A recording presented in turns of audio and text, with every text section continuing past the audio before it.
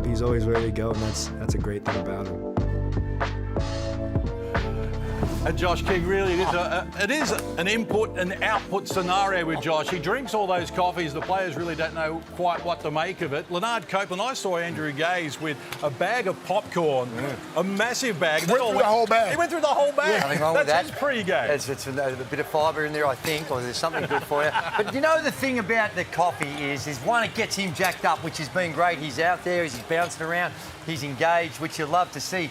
The only thing about it is you can get a bit stinky breath, and you need a bit of a mint. So what you're saying is Josh King has some stinky breath. No, I'm just saying you've got to make sure you counter it with the mint. Okay, I'll let him know. I'll call him. I'm sure he does. I'm sure he's across it. Yeah, okay. Dr. Gaze doing this Saturday. I'm not a coffee drinker. Oh, there you go. I know you love the green tea, but I know Kelsey Brown, like me, is a huge fan of Parker Jackson Cartwright.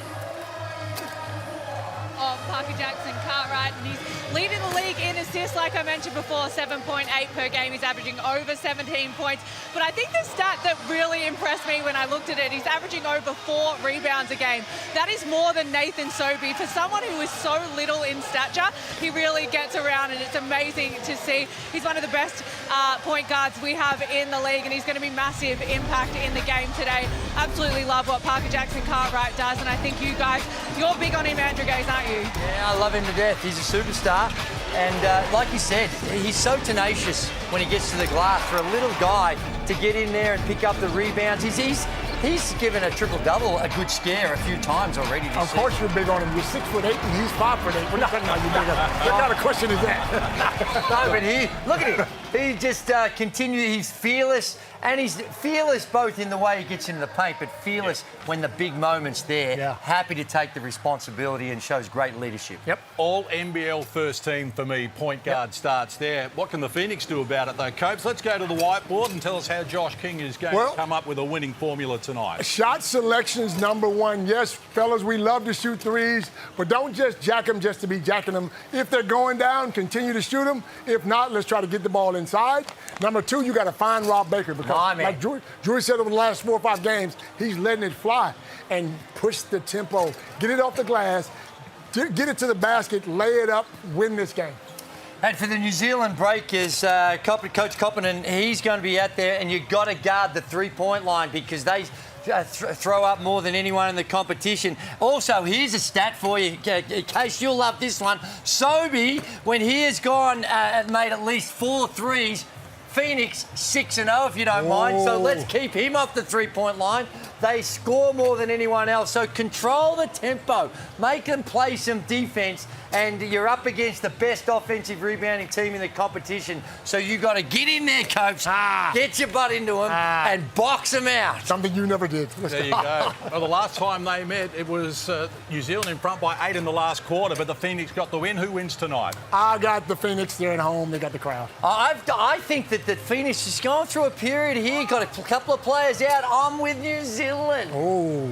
With the Breakers, I like the Breakers as well. I think they're just playing a little bit better at the moment, and we're going to find out tonight if the three-point barrage is going to work for the South East Melbourne Phoenix. They'll need Foxwell back. They'll need Malik Lewis back to be at their best. But right now, well, the Phoenix in 3rd position and the Breakers looking to push their way back into the top 6. It's a massive Saturday night matchup, and it's coming your way right now. New Zealand Breakers play host to the South East Melbourne Phoenix.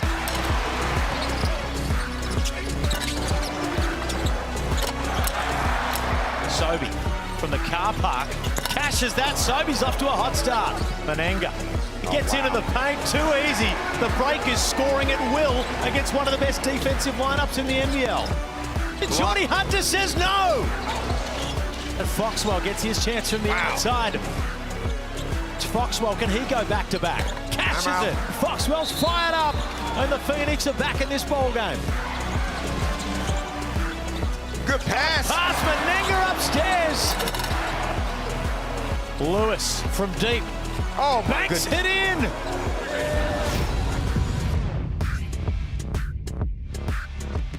Hello and welcome to the Hungry Jacks NBL. It's Saturday Night Hoops here in Gippsland, and it's the Southeast Melbourne Phoenix up against the New Zealand Breakers. The Phoenix coming off that tough loss in Ignite Cup game on Wednesday night. The New Zealand Breakers, they've been on an absolute tear at the moment. They're looking for 4 straight wins in a row. Parker Jackson Cartwright leading the way. Sam Menenga in incredible form. And for the Phoenix, it's Nathan Sobey. He'll need to do his most today to get that win.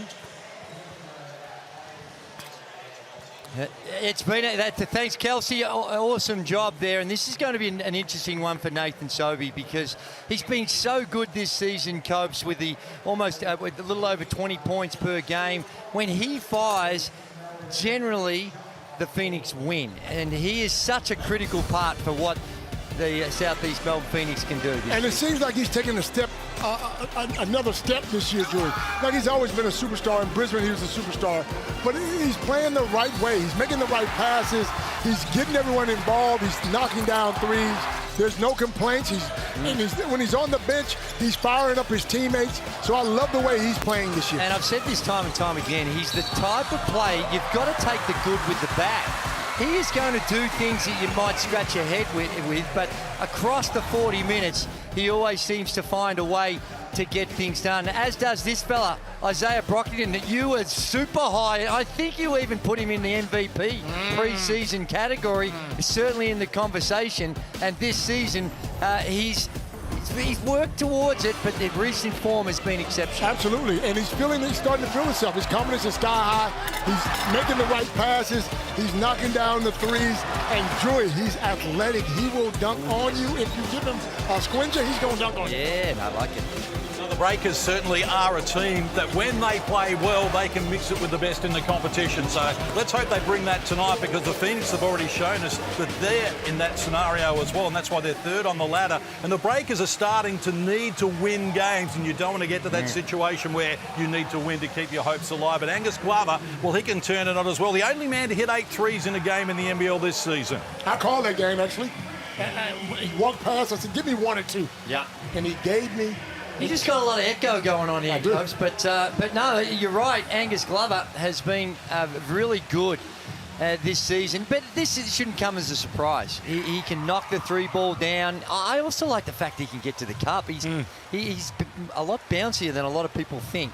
But it's the 3-ball that's really stuck out, Case, like you mentioned, that those 8 threes in a game has been spectacular as we look at the starting lineup for Phoenix, and it's a good one. Wes Iwundu, he is starting to make some progress.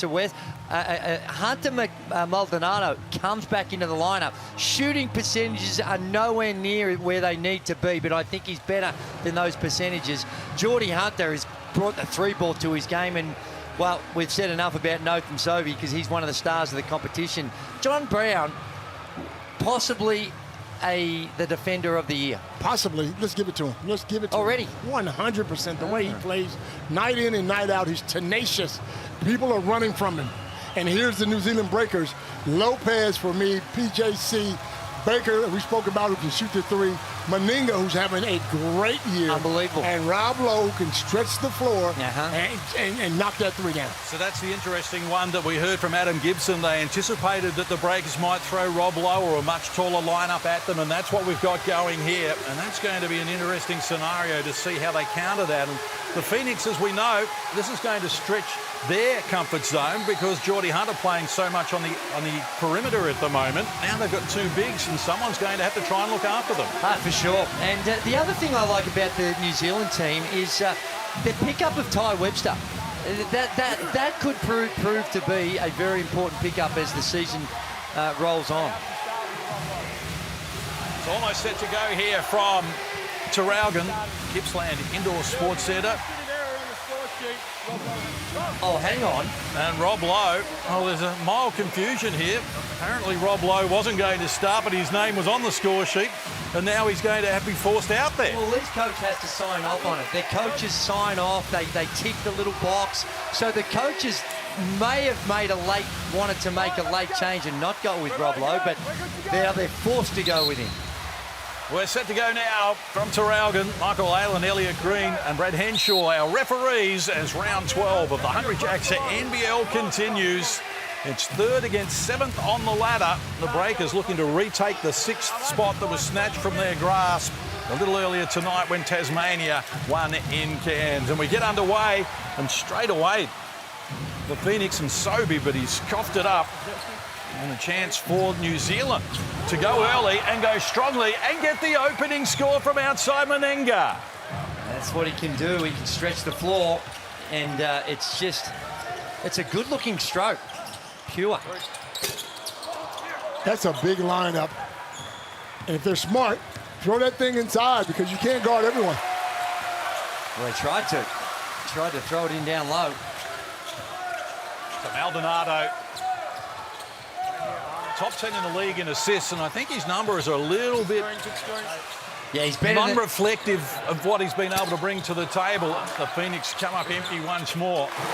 And eventually, scoring is underway through the man who's been in good form, Wezawundu. It certainly is, and Nathan Sobey already played less than a minute, and he's whacked up a couple of threes. That's what they do, Joey. That's what they do. Penetration comes, outside shot there from Baker is off the mark. Let's get to Kelsey Brown courtside. The starting lineup, I don't think it is what New Zealand Breakers wanted to do. I think they did want to go with Brockington. Rob Lowe's trying to tell the ref that he's got his shoelace undone so he can get off the floor, and they're ready to check him in.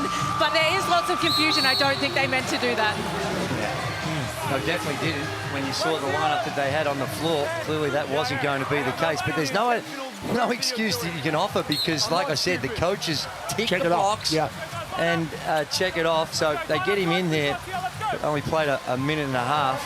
It's not an uncommon problem, the scenario. Did it ever happen when you guys were in charge at Sydney? Well, not when we were in Sydney, but certainly back in the day when it wasn't those responsibilities, just didn't really matter. You just go out there and if you could make a late change and there's no problems with it.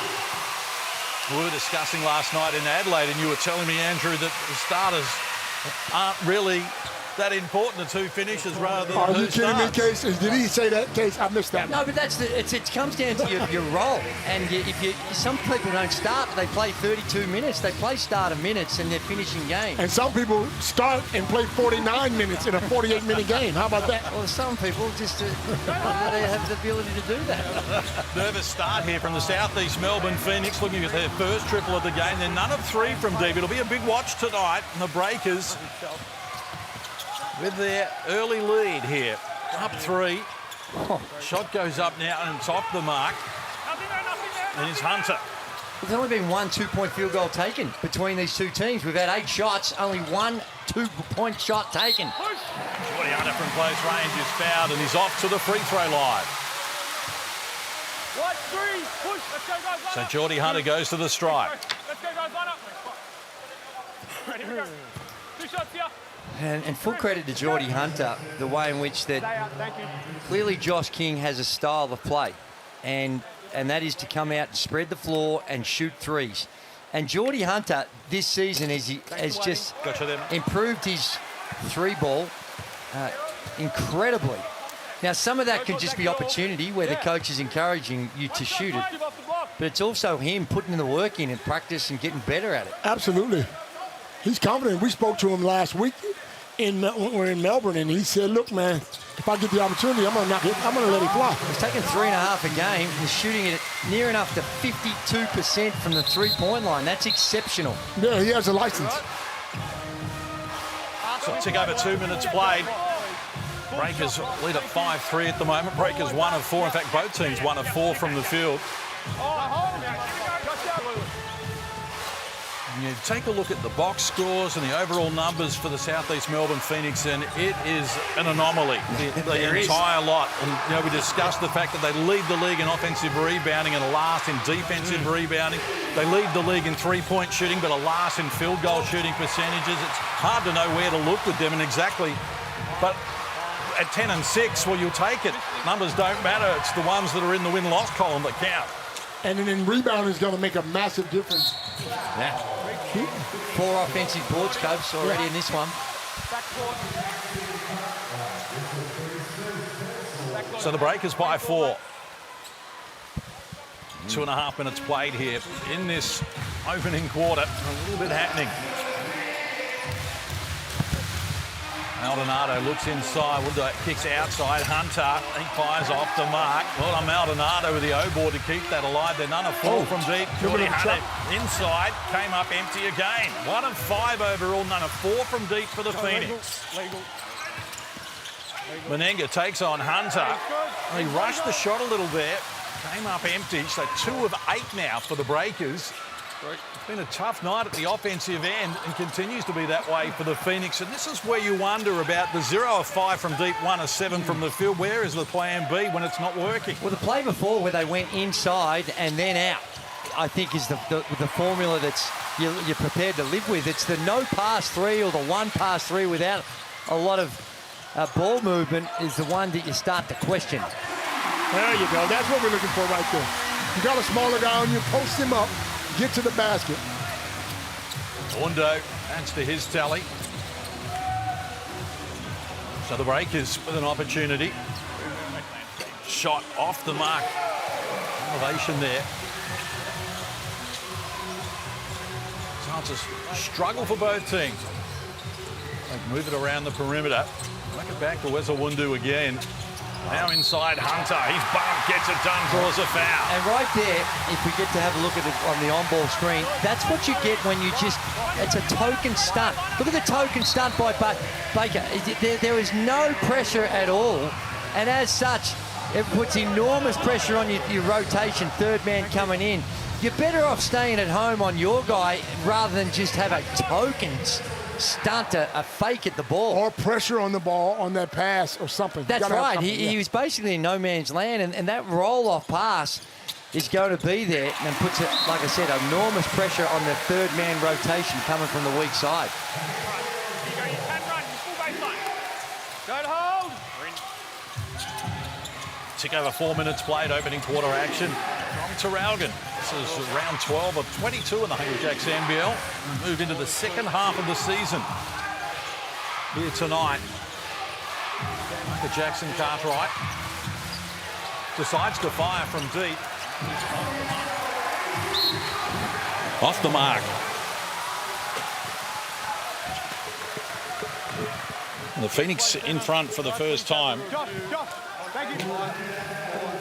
Yeah, and it's been a funny old start, hasn't it? 10 3-point field goal attempts already. And 2 of 11 for the New Zealand Breakers. 3 of 9 for the Phoenix. So neither team really getting a hold of it. There's been a couple of okay shot selections, but just haven't been able to hit. And as bad as they're shooting, it's still a tight game here. So you got to find a way. New Zealand needs to find a way to get that ball inside. Clearly they're bigger. Normal foul, wide open. They're just not taking opportunities. So Brockington gets normal foul. 4th team foul on the Breakers. Only 1 on the Phoenix so far.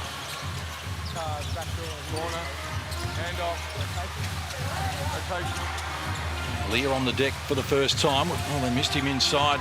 John Brown, the pass was there. And now they work it inside and they cough it up. Leah couldn't handle it. So turnover for the second time in the game for the Phoenix as we go courtside to Kelsey Brown. You talk about the fouls, an interesting one. 26 fouls to Southeast Melbourne Phoenix last game, just 12 by the Breakers. So it's turned the tables a little bit. But Sam Menenga, he's in foul trouble already with those 2 fouls. But just something to keep your eye on. He's got a bit of an ice pack on his left quad. Oh, that's not a good sign for the New Zealand Breakers. Lopez, like almost in slow motion, gets inside and ball knocked down out of bounds, and the Breakers will get it back. That's how he plays a lot of the time. He always looks under control and relies on his size. There's Menenga, and Corkies can be very, very uncomfortable. A chance now for the Phoenix. They're overdue from deep, and eventually after missing their first 5, it's Nathan Sobey who breaks the ice. He was due. He was due. He's got to continue to shoot it until one of those things drop. Yeah, it certainly is. And look at the Amy replay. Great ball pressure by Foster on the inbounds. They come down, the defensive transition off the turnover. Always under a lot of pressure, and it left Nathan Sobey wide open for a 3. Well, they haven't been afraid to spray them up. Either team, a combined 2 of 11 from deep. Let's look at the Southeast Melbourne Phoenix and their shot chart so far. And as you can see, it's heavily weighted into the one corner. Well, it is, and that is somewhat stereotypically of what you see these days. Coaches and offensive systems are designed to get to the rim or shoot the three. Very rarely, if you go back 15, 20 years, you'd have a bunch of shots with little dots in that mid-range. Very rarely do you see that these days. Where does that evolve from? Why has it gone? Steph Curry. Well, it's analytics. Analytics saying that you got a chance to get to the rim for the and one or finish at the rim in a high percentage or shoot the three because it's worth 3. And right now, it's generally acknowledged that a semi-contested 2 is one of the worst shots you can take. But I always say it depends on who's shooting it. That's right. Because there are some really good players that are better at that mid-range than they are from 3 or even in traffic at the rim. Because Steph Curry does such a good job at knocking down that 3, everyone else thinks they can shoot it as well. It's not that eventually, easy. the Breakers break the drought after the Phoenix have gone on an 8-0 run. New Zealand edged their way back to within 2. 4.5 to play in the opening quarter. Referee Michael Whalen not happy with the housekeeping at the moment and going to get the floor attended to. Right in the middle of play, mate. Sobey averaging 21 a game, top 5 in the competition, but he's also top 5 in steals as well and has hit 48 threes at 35%. Only Bryce Cotton has hit more threes and having a terrific season. Not sure I've got room in my All-NBL first team for Nathan Sobey, but certainly a lot of people do. Not yet, but if he keeps it up and Phoenix continue to win, you might change by the end of the season. He's not out of the race, Case. No, he's certainly in the race, just not in pole position right now. And there is Ty Webster. Great to see him back with the New Zealand Breakers. Can bring a lot to the table, Ty Webster. Who spent time with the Perth Wildcats last season before finishing over in France. But a 6-year veteran, almost 100 games. With a career high of 34, he can get it done for you. Low is off the mark. 1 of 6 from deep now. And 4 different players have fired the 3, and that's one of the things that you notice with the threes that are being put up these days, so many of them. It seems every player wants to get a piece of the action at some stage, and maybe they should leave it to the experts, Coach. Absolutely. When it's flowing, it looks great. But when you get games like they played a couple of weeks ago, what was it, Joey? 9 of 16 of 58. 16 of 58 games. Or thereabouts. 16's good. I think, yes. 58's not great. Yeah, that's right. I don't know as a coach, I don't know if I can handle that. No, you wonder what the coach does make of it all, but Josh King has got this team into a top 3 position at the moment. Low, and looked a little ungainly and eventually coughed it up. Another whistle for ball as well. Player safety over here. Michael Whalen got to be in his bonnet tonight about the housekeeping. Well, I think, remember, I don't know if it was last season or the season before when humidity was at the stadium and the floor became really slippery. I think that what's happened is that before the game, they might have noticed that there's a bit of humidity around and the floor, there might have been a few spots. So the officials, rightly so, being very cautious to make sure that they don't have any accidents. Yeah, excellent point, Andrew. Certainly in Traralgon, this is the first season the Phoenix have played back-to-back games in Traralgon. They're 3-2 at the moment. Well, they had that epic a couple of seasons ago against the Sydney Kings. How good the was overtime that? How good was that? With just one of the great games we've seen. 113-112. Mitch Creek going bunter. So single digits on the shot clock here for the Phoenix. They get inside, and that's a tough shot, but he gets it done. And that's nice work there from DJ Mitchell to open his account. DJ's getting a little time now, isn't he? He brings a lot to the table, DJ Mitchell, and I think he's underutilised, but at the moment, Josh King's happy with the way things are tracking, doesn't need him. Well, I think his opportunity is because Malik Lewis is not there. Yeah. They play a similar position. He's shown he can shoot the 3-ball, and good on him because, like you said, he had a couple of DNPs. A coach's decision. Couple. Yeah, plenty. Or played very little. And that's a good play. Give and go. Simple give and go. Look at that. A cut to the basket. They get it back again. Phoenix a little reckless with the ball, and the outside three drops, and the Breakers close the margin back to within one on the back of a 5-0 run. Expensive plays from the Phoenix. 3 turnovers. Wundo shares it around. He's the only starter on the floor at the moment for the Phoenix, Weza Wundu. He decides to fire the 3, and he caught it deep. So they're 1 of 8 from long range now. I didn't like that shot, Drew. Here's the Breakers going to work, and inside and contact Brockington. And the foul's going to be called on a Wundu. It's going to be his first personal. That give and go, good movement off the ball. And he has been exceptional. Anytime you're above 40% from the three-point line, you're shooting it really well. And Rob Baker is at 40, well, near enough to 44%. He struggled early, though. He struggled. Reminder, scan the QR code there and download the new NBL app. You can get all the news that you need all in one place at one time. Catch up with the WNBL, NBL1 action as well. Yeah. And free to download. And you'll need it in case someone's going to miss a pair of free throws from the Breakers tonight, and you can claim yourself a free cheeseburger here in Victoria. So good fight back here from the Breakers. Seesawing affair, and this is what we anticipated. Quite an arm wrestle between these teams after Phoenix got out to a 6-point lead on the back of an 8-0 run. The Breakers have now hit back to retake the lead. And PJC comes in. He's only taking the 1 shot. But once he gets going, they're tough to guard. Wundu fires again, this time knocks it down, and the lead changes once more. And that's the juggling act for PJC, because he's so good at distributing the ball, but sometimes doesn't take enough shots of his own, and that's the balancing act that he needs to tread on that fine line. That's a good move inside. How about the finish there from Ty Webster? He's going to help him. Gives PJC a little backup as a point. Yeah. Can score, has plenty of experience. Now, Ketchelier is another one, Coach, that at the start of the season wasn't sure with his move from Melbourne United to Phoenix what sort of playing opportunity, what role he was going to play, but he has really earned his minutes, and the last couple of games in crunch time, he has been there. In fact, against the Illawarra Hawks, they had him in ahead of Geordie Hunter.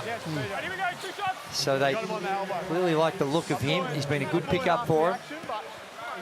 But when you're playing that style of defense, you're going to use your whole bench, man. It's hard to get up and press the whole game. Yeah. Josh King wants you to press the entire game, so most guys are going to play. Well, I don't know whether it's because Owen Foxwell has been out, but I've noticed a little bit, it's just come off the boil at that extended kamikaze full court pressure. Now, they're still up and in, but without him there, they're not quite on every single occasion. It could be that, or it could be just, like you say, Coach, mid-season. It's hard to play that level for 33 games. So you're expecting that will change at some. Here's PJC, hard to work and getting the user-friendly role as well. Opens his scoring account, but Foxwell just brings so much to the table. 11 points a game, top 15 in assists, top 10 in steals, knocking down the long ball at a good 36% clip as well. He's a hard man to replace. Nathan Sobey with a finish there. So 6 in the game for Sobey now, who leads it individually. Webster dribbled into problems, kept it alive though, did a good job with it. Davison back to PJC, who elevates, caught it a little deep, kept alive by Webster, but only as far as a Wundu.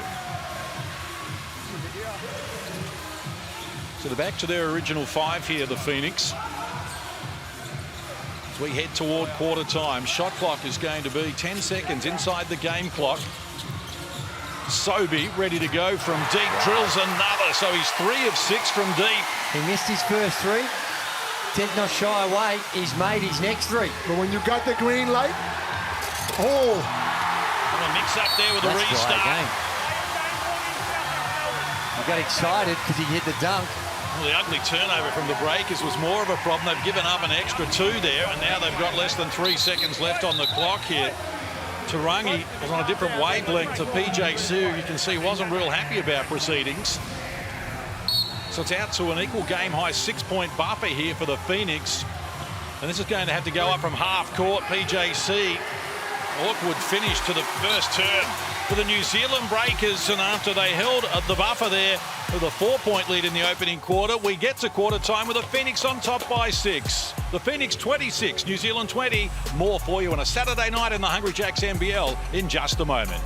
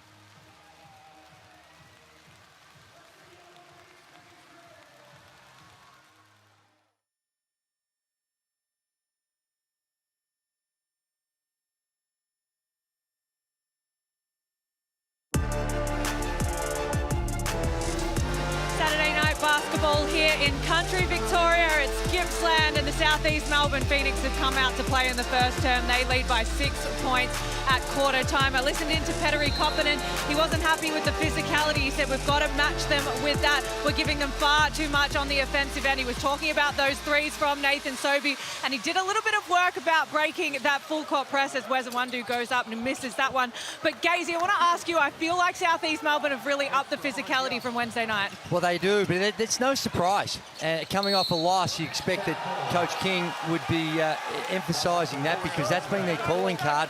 But right there, when you're extending the defence, you see what happens. You get it over that front line, and they're basically playing 3-on-3. And Baker finds him all the way to the cup for a relative easy 2. So you've got to accept, Coach, that when you're playing that type of defence, you've got to live with some challenges when you're getting back if they get over the top. Absolutely, but you got, look, the good thing about him is he's playing 10 guys or 11 guys, so you can afford to have those lapses because you know you got guys coming off the bench that are going to jump right back in that spot. Well, he's getting contributions from them all at the moment. We've got 7 different players with 1 assist for the Southeast Melbourne Phoenix. So he did all the hard work there, was a Wundu, and then couldn't finish it off. 7 assists to 4, and those 7 assists are on 10 made field goals. So sharing it around here, Parker Jackson Cartwright. Inside from low, turnaround hook shot, and it tumbles as well. Nice finish there from Baker, who's up to 7 in the game, and only Sobey with 9 has more. And that's that size I was talking about, Case. Get that ball inside a little bit more. You don't have to depend on the 3 every time. They got the size, they throw it in, they can post these guys up. Hey guys, that's all I want. John Brown, Rob Baker getting tangled up. Sobey to restart. Hunter against Rob Lowe. Oh, he forced up an ugly shot there. Pressure from Lowe, and then you're still on the bench playing close to 1,000. How about the quicks there from PJC? Wow.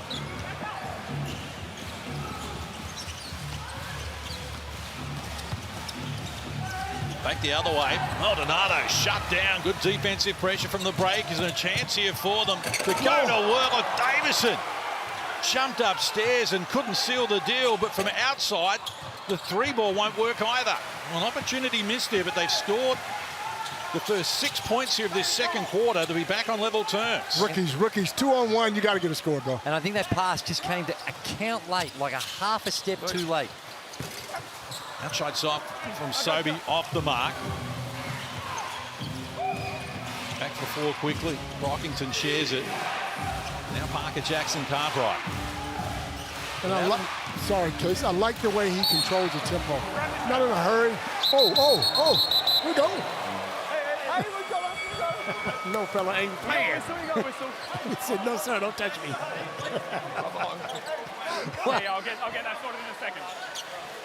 Now, this is going to be interesting to see how they respond to this, because there's, based on what we saw last night, Case, so Parker Jackson Cartwright, a little slap, Maldonado, a little push. To me, nothing to see here, play on. But... Or a quiet word and say, correct. No more of that, please. Hey, boys, pull your head in a little bit here. Any more of Otherwise, that? we're going to have to do something. Whereas last night, with Chris Golding and DJ Vasiljevic seemed a little bit too much. Bit OTT. It was very, very passive. Very passive, and they both got techs. Behaviour warning, white. Behaviour warning, white. Side ball. Well, behaviour warning, I'm happy to cop that. Yep. Over here. You want it there? You don't just get to abuse anybody you want. So Parker Jackson Cartwright just told to pull his head in, as Andrew Gay suggested. Interestingly, he doesn't have an assist in the game as yet. Only 5 on 10 field goals for the break for New Zealand. Ball's good, ball's good.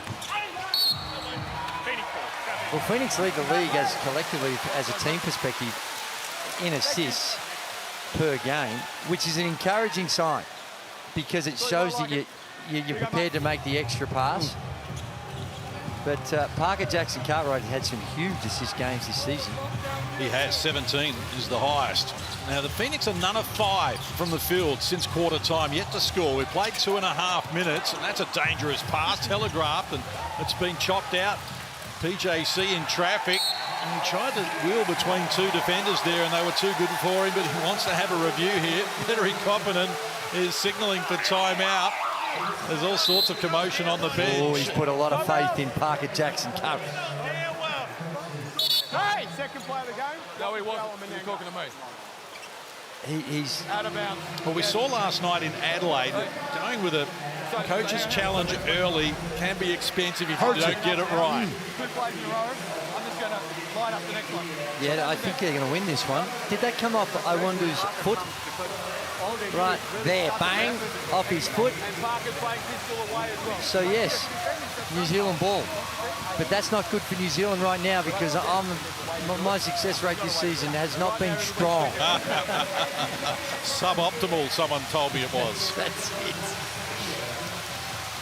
The coach's challenge, as you can see, it's definitely deflected off the foot there of Iwundu. Bang, right there. But did it hit his hand afterwards? The right hand. The problem is we don't have all the camera angles. The problem is Drew's lost his confidence. Yeah. All right, The begging over here. Really gun shy here. All adds to the theatre. That did not hit Reminder, the ball though. There we go. coach's challenge is successful. You've won the challenge. You don't get to come out here now. It's one play. You guys better calm down. Oh. You got a little anger here. I think he's upset because he felt like he shouldn't have needed to challenge. And perhaps he's feeling like that some of the calls are not going his way, those 50-50 balls. Well, the second term's going the way of the Breakers so far. 6-zip, they're back on level terms. Rob Lowe had it a long time, eventually moved it on. Single digits on the shot clock. Parker Jackson Cartwright, that was neat work with the ball there. And gets it back from Lopez. Red numbers now. Fires. Appeared to be contact after the shot. Referee said he kicked his foot out. I thought the contact was higher than that. I did too. Here's a chance, though, for the Phoenix at the other end, and they finally break the drought. Their first score in this term comes from Daniel Foster, his first points in the game. And I like the work he's doing on PJC as well. He's a player. And on the glass. Really impressed with Daniel Foster's input this season. Ball, freedom of movement. Rob Lowe 1:15, blocking foul. called for the foul, a blocking foul on John Brown.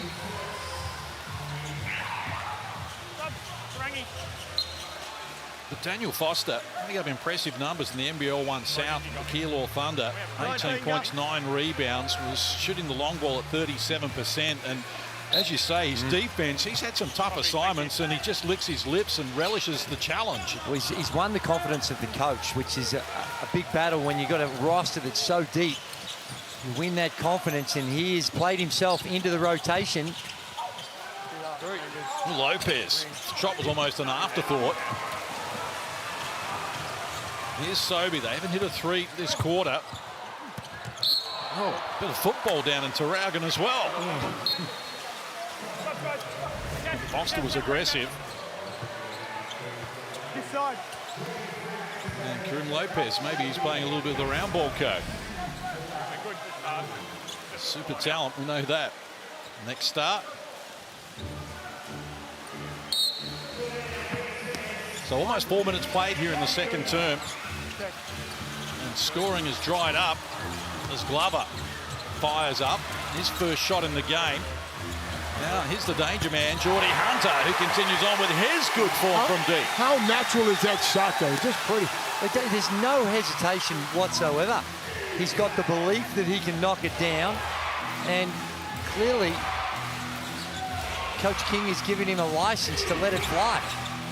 Breakers scored 6 unanswered points. Phoenix answered with 5 of their own, and here's Ruben Tarangi taking them on the Amy replay. Get another look at Geordie Hunter.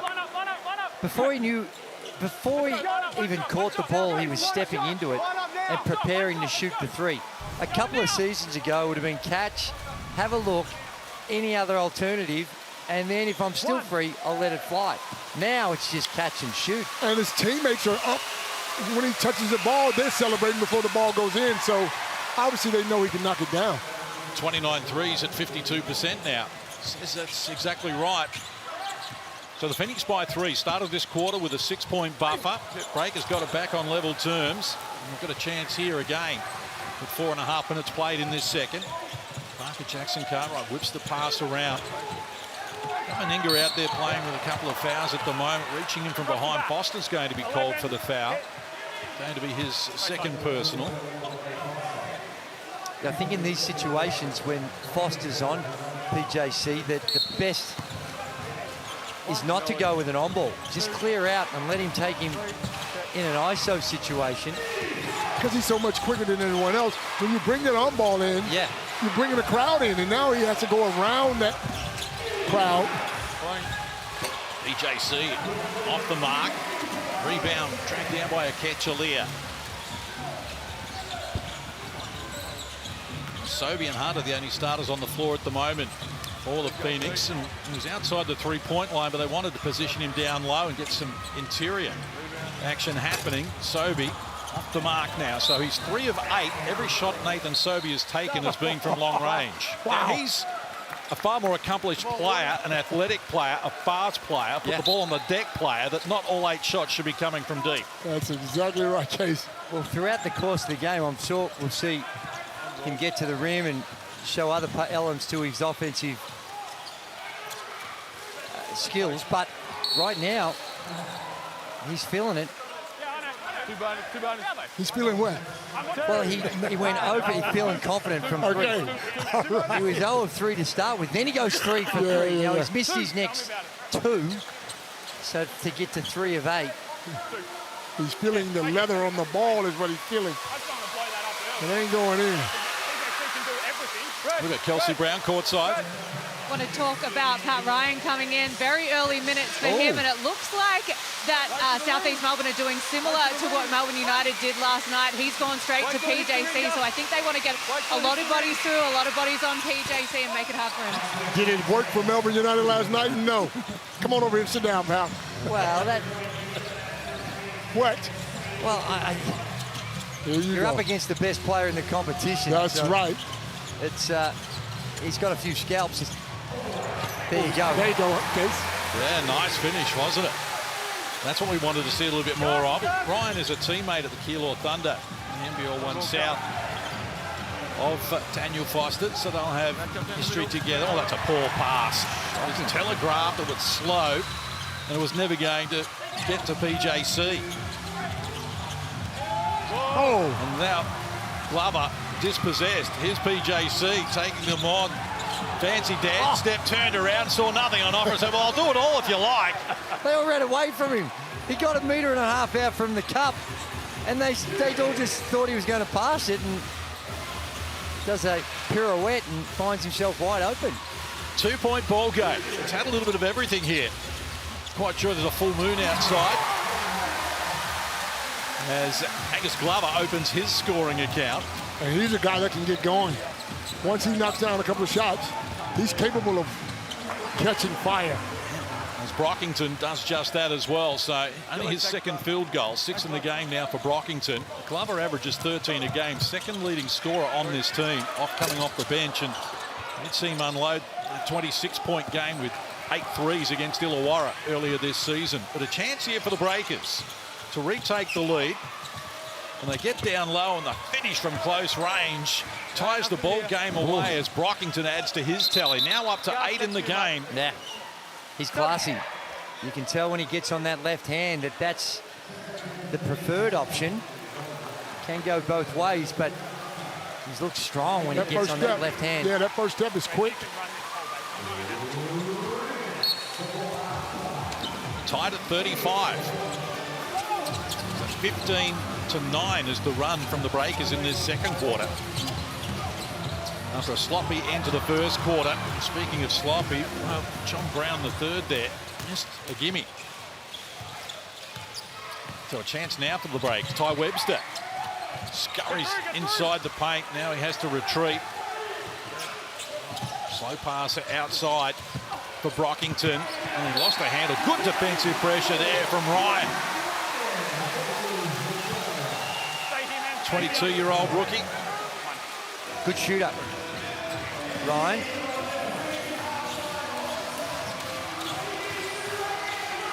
So it's been an eventful first half. Tarragona, Saturday night hoops in the Hungry Jacks NBL. John Brown looking to make amends in all sorts of traffic, and there's contact. He's going to the free throw line. John Brown, he's an accomplished player. He's played in the EuroLeague. He's played in a number of different countries right throughout the world. And I got the opportunity to speak to him on the radio program that I do, and I was really surprised when he said that the NBL, for all the places he's played, it is the most physical of any of the competitions. No, did he say that? Yeah, he said that. And he took off his shirt to show the scratches, and oh my goodness. That's unacceptable from the Breakers. And look at Wezawundu, he's laughing at them. Well, anything you can do, we can do the better, because they did the same down the other end to PJC. So then now New Zealand repaid the favour and ran away from a guy that's 1 metre out from the basket. Oh my. A little bit of ball fake. Someone's got to be responsible for the ball, and that's communication. So the Phoenix with a second delay of game warning here, and a technical foul has been assessed. So a warm once it was a window. Just wasn't quite sure what was going on. It seems that at stages here, defense is being optional, and that's not normally the story with the Southeast Melbourne Phoenix. A restart from the baseline then. Well, the Breakers have done a good job in staying in this game. Shooting 2 for 11 from the 3. A lot of their points are coming from inside, so they continue to get that ball past that first level of defense. Then they got a really good opportunity for scoring. Menenga. Those 2 early fouls, forced to sit on the bench a while. Cooley's heels there, and still can't finish it, and eventually Menenga does. Well, it was hard work, labour intensive, but they got it done. Offensive boards becoming an issue. That's 10 now. Offensive rebounds to 2. 26-18 overall, but it's the 10-0 boards that will need a discussion at halftime. This is Glover firing off the mark. Phoenix 4 of 17, 24%. And they had 3 of those in the opening term. Oh, Ty Webster, just a little touch of class and experience there, knowing his team needs a bucket.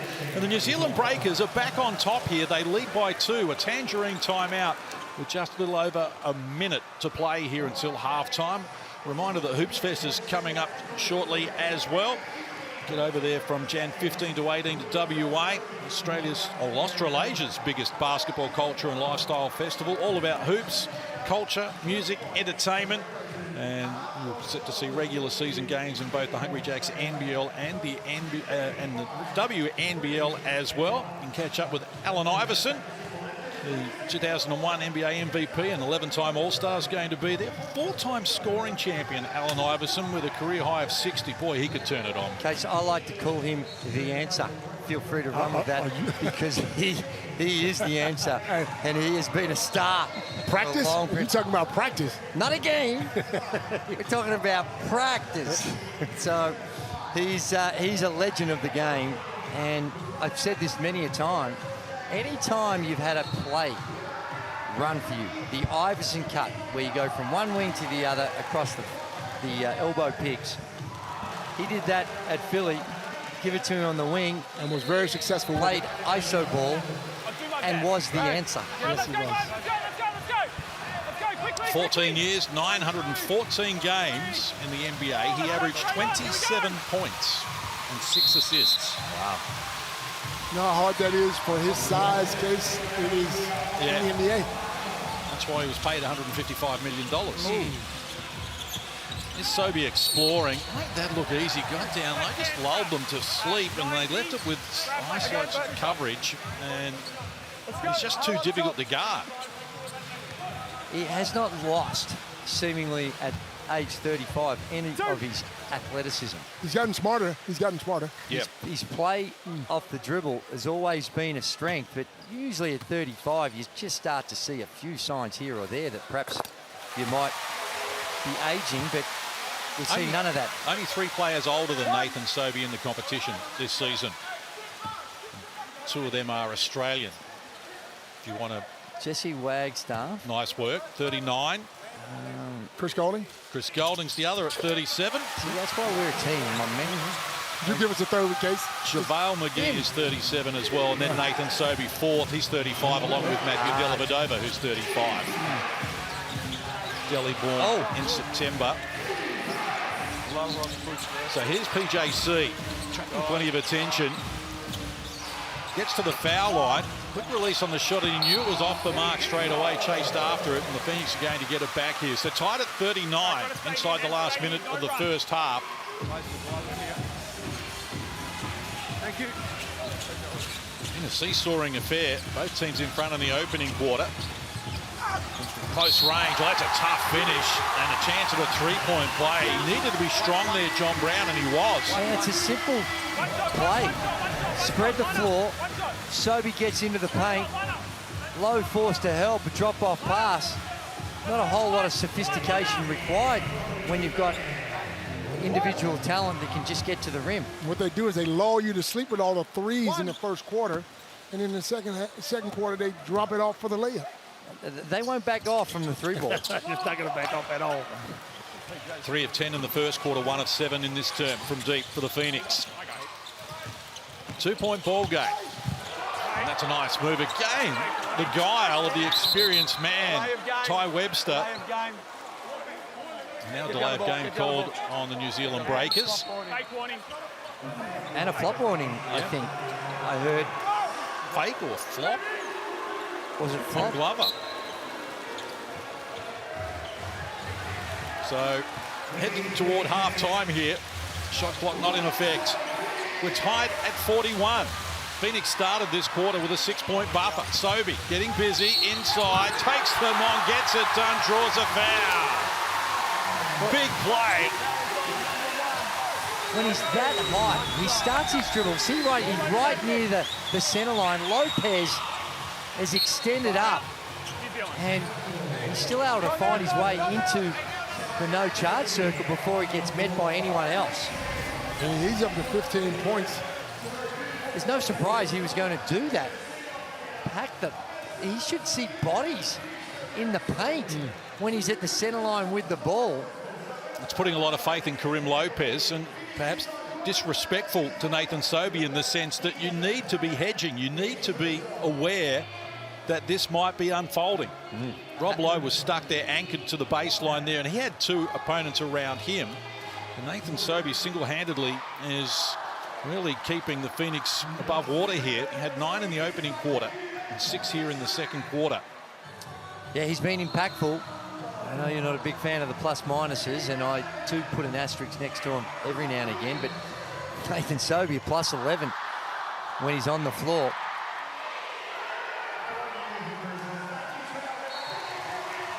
You reckon Josh King had a couple of coffees before this game? Well, if you're pounding 6 or 7 in a day. What? 6 and 6 or 7. I heard it was more than that. Oh. He's been a terrific addition to the NBL. Every time you hear him speak, he has something intelligent to say, and he's really flipped the script here for the Southeast Melbourne Phoenix. When he came here 2 seasons ago, they were taking the fewest number of threes in the competition. Now, they are far and away above anyone else, and it's interesting to see how this unfolds for the remainder of the season, whether it's by design. We know he's focused at the defensive end, the personnel that he's had at his disposal, or if he thinks that that is going to get them a championship they desperately need. That's a tough shot. Clock winding down in the background as we get toward half-time. It was a rush finish, and after leading by 6 at quarter-time, the Southeast Melbourne Phoenix have got a 3-point buffer here at half-time, although Petteri Koppinen thought there should have been a whistle in the direction of the Breakers there. He's testing the limits of the officials. There's no doubt about that, trying to make a point. Let's get some reaction courtside with Kelsey Brown. I'm here with Geordie Hunter. Geordie, the energy seems to be up from Wednesday night on the offensive end. More shots are dropping. How are you feeling on that side? Good. We want the energy to come from the defensive end, and we had a bit of a slip there in the second quarter. But it's hot as hell in here. We're doing a good job, I think. The O boards for them, they're on 10 at the moment. Really need to clean that up. Absolutely. That's where we want to hang our hat, not them. Thank you. Thanks for your time.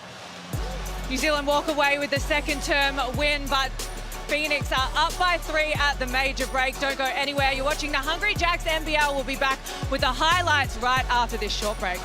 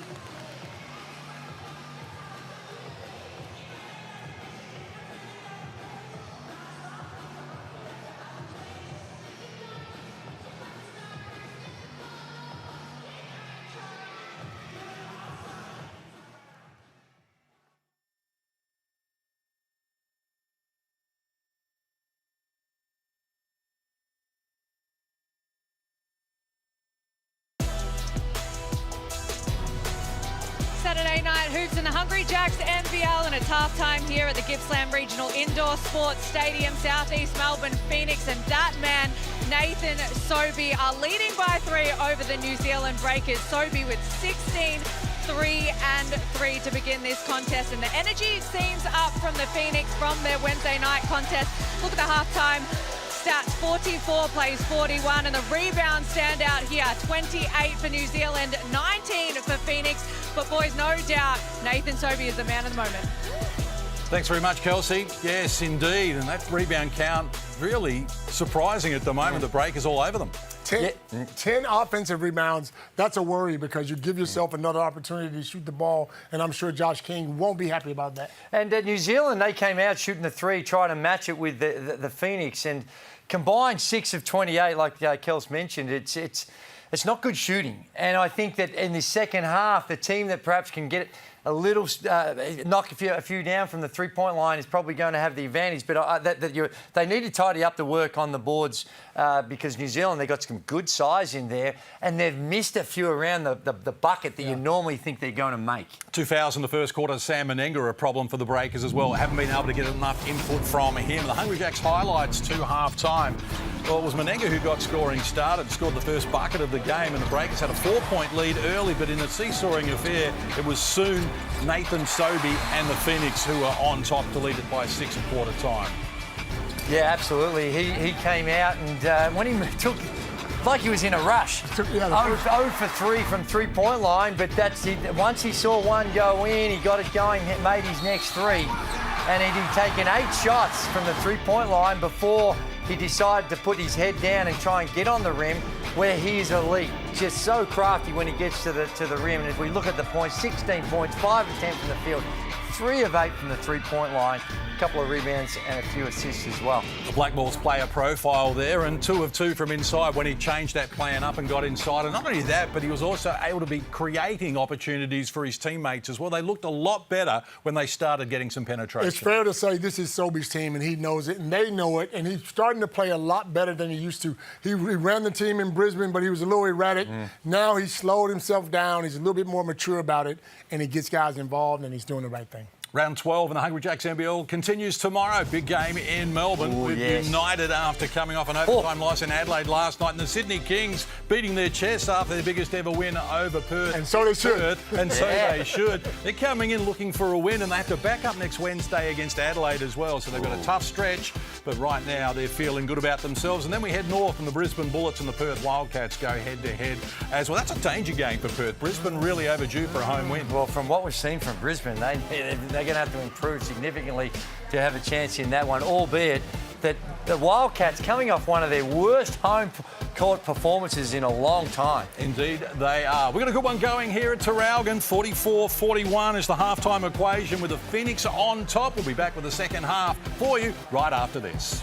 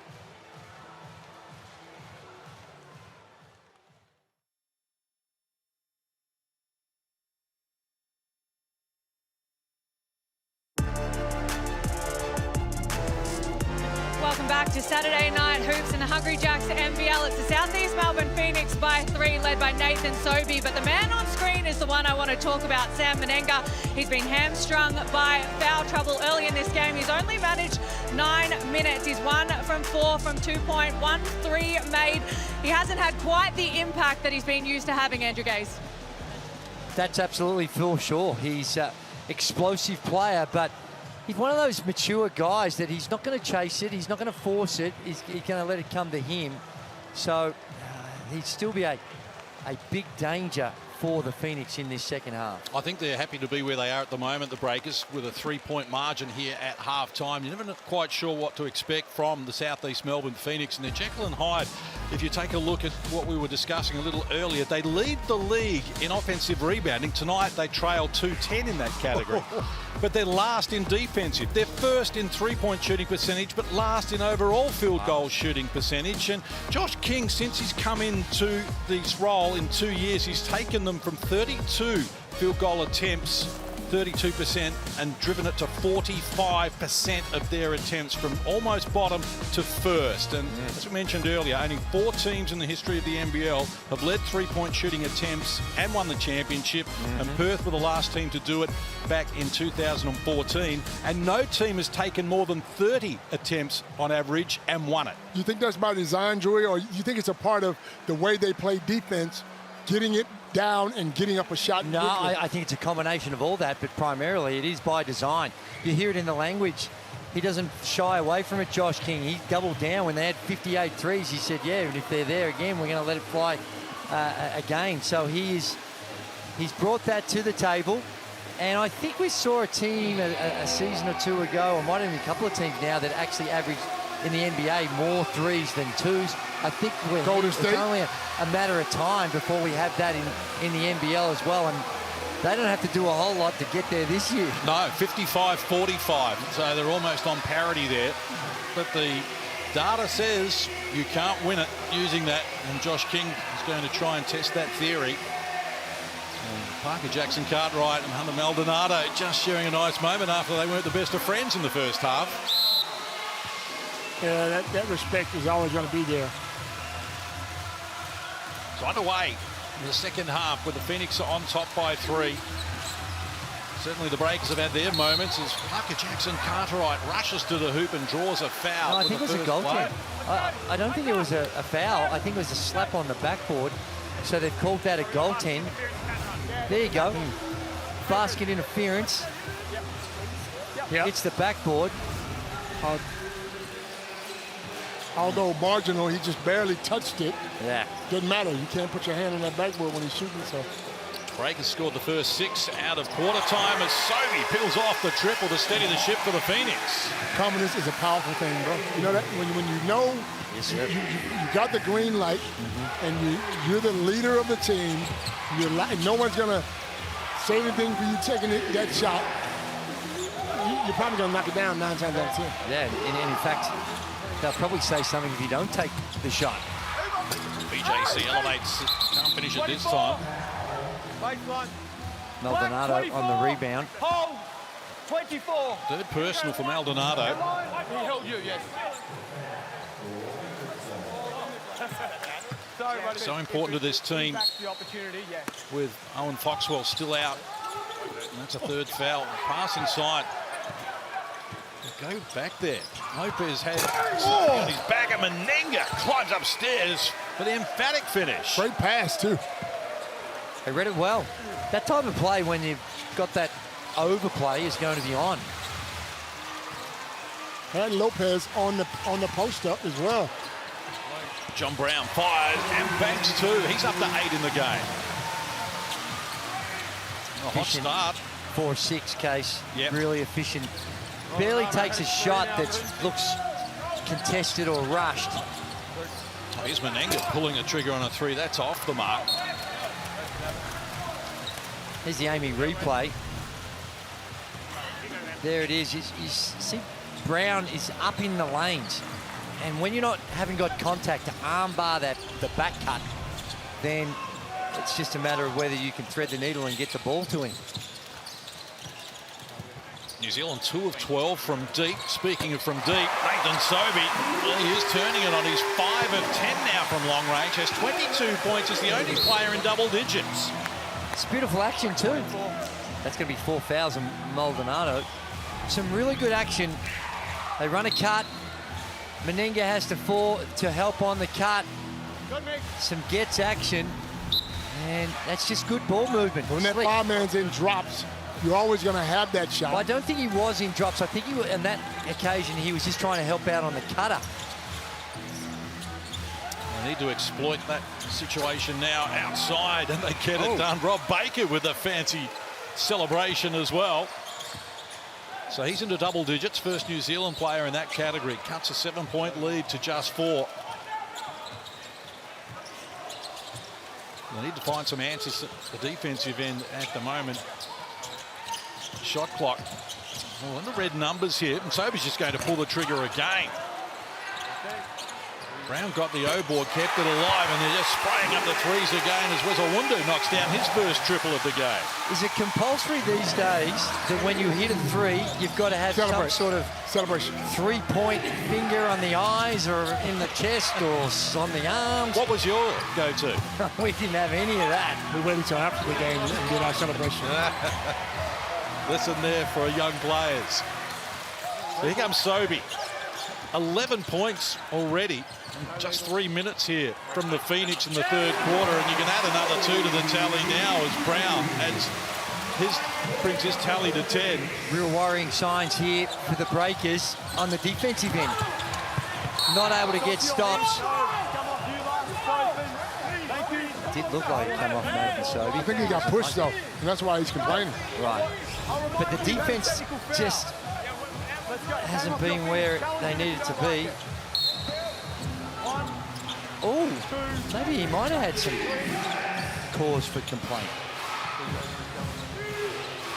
So Parker Jackson Cartwright with it, 9 points, 2 assists in the game so far. He gets down low and finishes and draws a foul. That's just speed. A little bit of skill. When you have that much room. Yeah, that's a tough assignment for anyone in the competition. And I don't know what their rules were. There might have been no middle.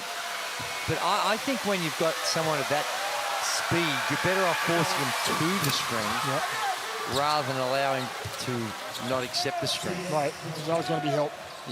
You have a better chance. Into the free throw line in 17 of his 18 games this season, Parker Jackson Cartwright.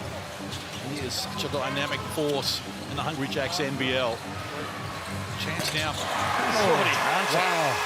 Knocks down another. So he's 2 of 3 from deep. They're 8 of 22 overall. They've hit 4 of 5 from long range here in 4 minutes in the third.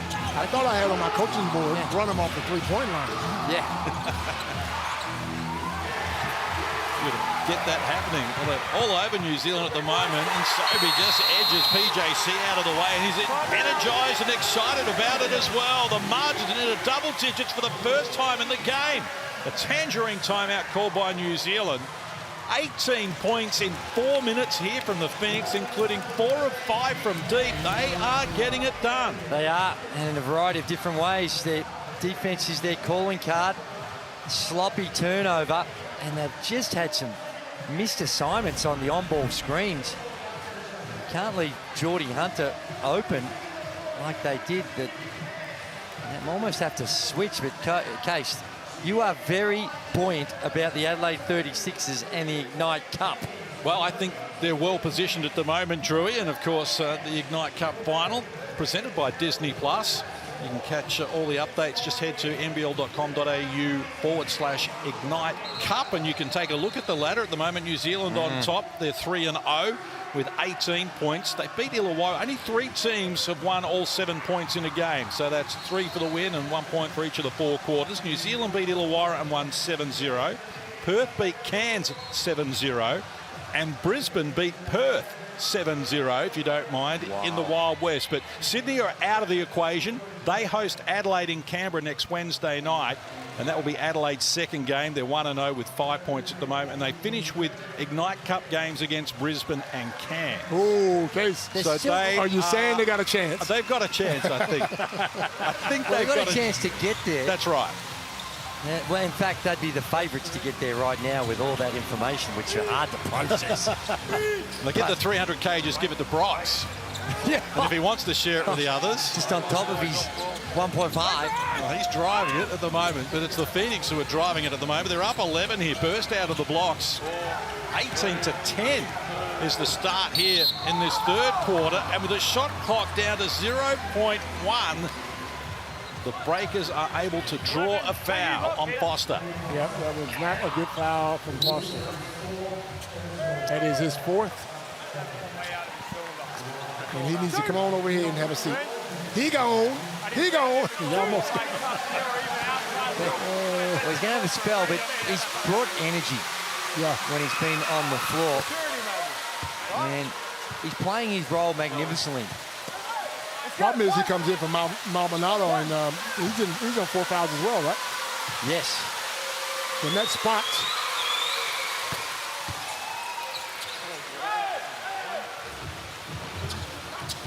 So the New Zealand Breakers trying to dig deep here. Get themselves back into the frame.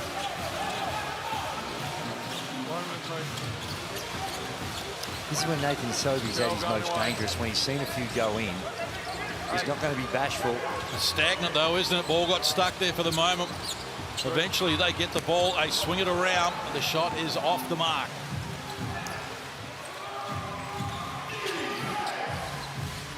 PJC saw an opening in the key, just danced inside from close range, didn't get enough on it.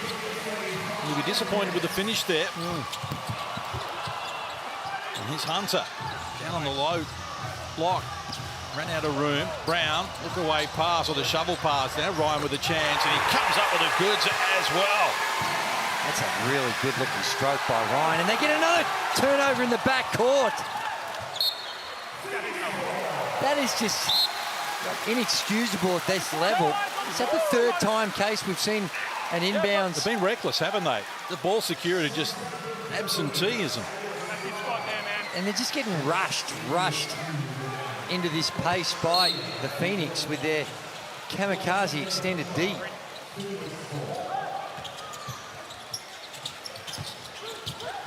So another chance here. Ryan feeds it down low.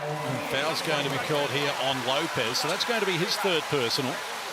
They've done a pretty good job on Lopez. He's 0-5 from the field. He's got 4 points, all coming from the free throw line. Only got 3 rebounds. So he hasn't had the impact that he's been having throughout most of the season in this contest. Glover with it. Feeds the ball to Brown, who fires baseline off the mark. And chance now for Ty Webster.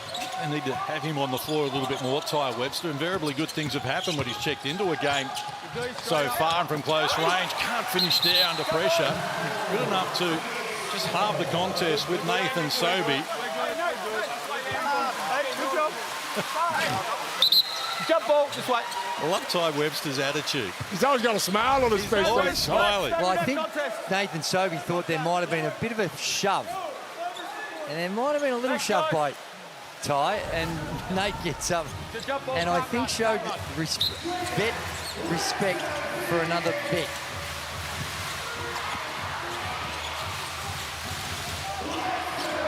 He didn't play some ball in France, which is a very strong league after his time with the Wildcats. Made the playoffs there as well. Sobey just hung in the air there, but can't get the finish. They lead by 12, though. Had the much better of this third quarter so far. The Breakers have come out sleepwalking from halftime. Menenga goes to work. He's fouled by Aketchalia. It's going to be his second personal. Now, they're upset because it was all ball with the shot. The body, though. This was with the foul, was with the body. Yeah.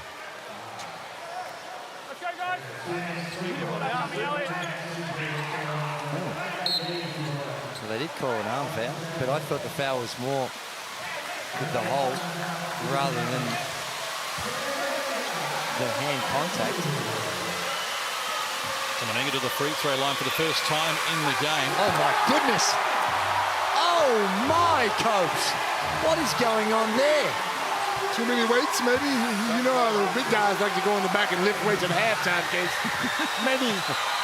He's a 74% free throw shooter, and he bricks the second, overcorrected. So Hungry Jack's cheeseburgers for everyone in Victoria. Just to open the NBL app, click on the Hungry Jack's banner. The code word is triple. Oh, what is going on? Is there some... They opened the door. Somebody opened the door. An air ball almost from the free throw line, an air ball from the three. They scored just 12 points in this third quarter, the New Zealand Breakers. And that's not going to be enough. That's it, that's the one. Here's Webster. It took 7 of the 8 seconds to get over the halfway line. Goes on with it. A little jump stop now. Lopez joins in. Busted play. John Brown, good defensive pressure. Fans enjoying this in Gippsland as well. The Southeast Melbourne Phoenix are all over New Zealand at the moment. Tough shot. It rattles around for Ruben Tarangi and tumbles. I'd like to see Ruben shoot the ball a little bit more. He's good enough. He's just not aggressive enough. Because that offensive set is as ugly as you'll ever want to see. And that's not a formula where they're going to get success. Ryan peels off another. And they scored. But that was just putrid offense. Wasn't appealing to the optic nerve, was it? But I'll tell you what is, and that's Pat Ryan. He's hit 4 of 6 field goals in total coming into this game. 3 of 4 from deep, and he's backed it up here with a couple of triples as well. Now, like I said, that is a beautiful looking stroke. This next 2 minutes and 51 seconds could decide the game for the Breakers. This could get, if this gets up 17 plus, it is a long, long way back. That's right, and we've seen it happen so many times this season to the Breakers, including when these teams last met in round 4 at Spark Arena, when they led for more of the game than the Phoenix, gave up an 8-point lead in the last quarter to go down 87-81, and they've had 4 games where they've led by double digits and given up that game. Now, you give them half of those 4, and they're going to be in 4th position. You give them all 4, and they're 3rd. Wow. And Phoenix had no... I remember that game.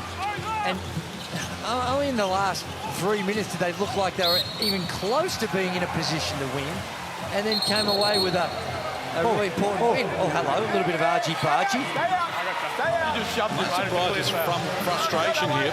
Brockington.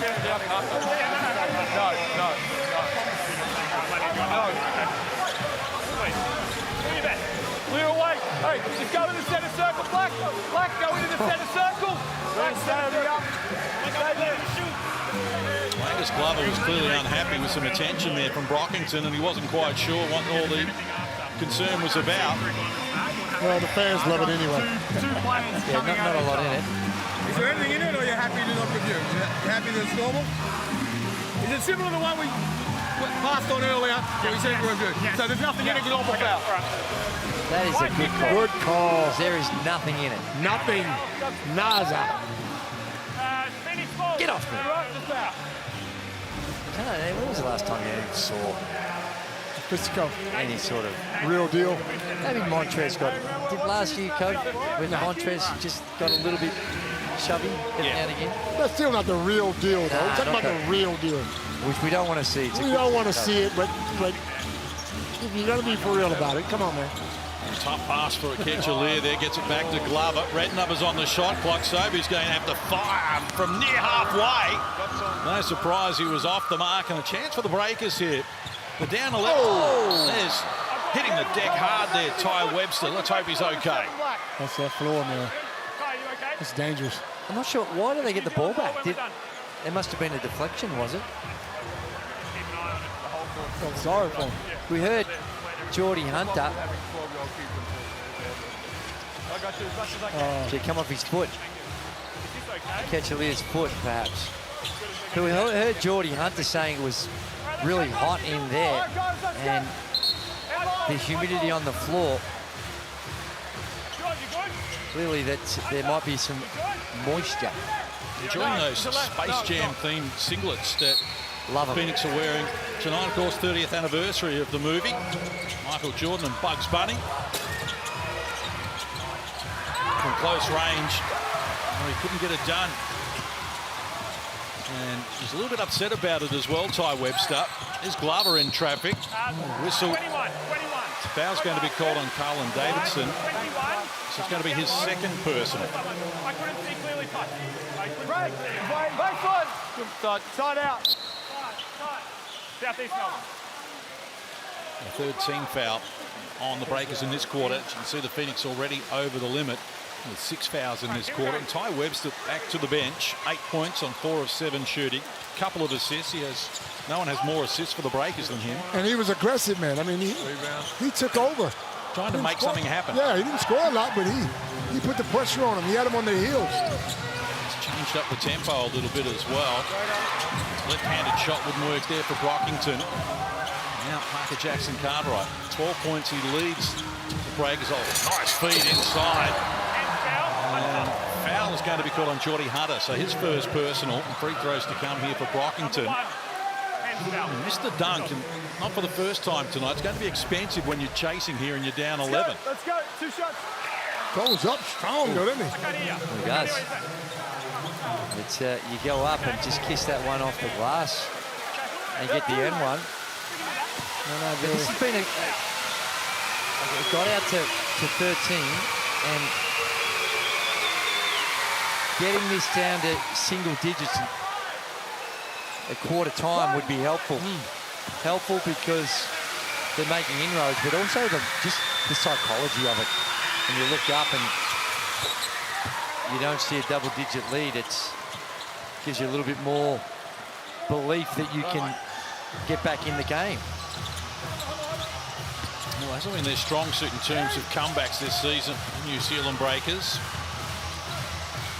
5 teams have come from double digits down in the last quarter to win. Not the Breakers. Here's Sobey, and he gets a user-friendly roll and a chance of a 3-point play. What a year he's having. See, that show and that stunt by Lowe almost hurt the opportunity for Brockington to get back in front. Now Brockington, different rules. If you go, if you're hard showing, you go over the screen, then under your man. But it's almost like there was a complete lack of intensity or an understanding of what they were doing on that play defensively. Sobey up to 27 in the game. Season high of 33. Came against the Kings in round 6. Had 29 in round 6 as well against the Bullets. Putting together some impressive numbers and averaging 21. Top 5 in the competition. Margin at 12. It's the outside shot. And Davison knocks down the 3. Just the 4th 3 of the game for the New Zealand Breakers, and they're second in this term. Yeah, they're 4 for 15 from the 3. Not shooting well from outside, but they are getting the ball inside, Case, which is working for them. They just need to get a stop or 2 on this other end because they're not out of this game. No, absolutely not. Well, they've given up 27 points in this quarter to the Phoenix. Sobey off the mark. Get the ball forward quickly again. Davidson. And now an offensive foul is going to be called on Ruben Tarangi. His first personal. Just stupid mistakes. Blocking foul. It just tried to create the runway. Mick, cancel. You got to take his lane. Mick, take his lane. You see Davidson's going to attack. Oh my goodness. No. That was well sold by Nathan Sobey. That should be free throws as well by my calculation. Player control, so they had the ball.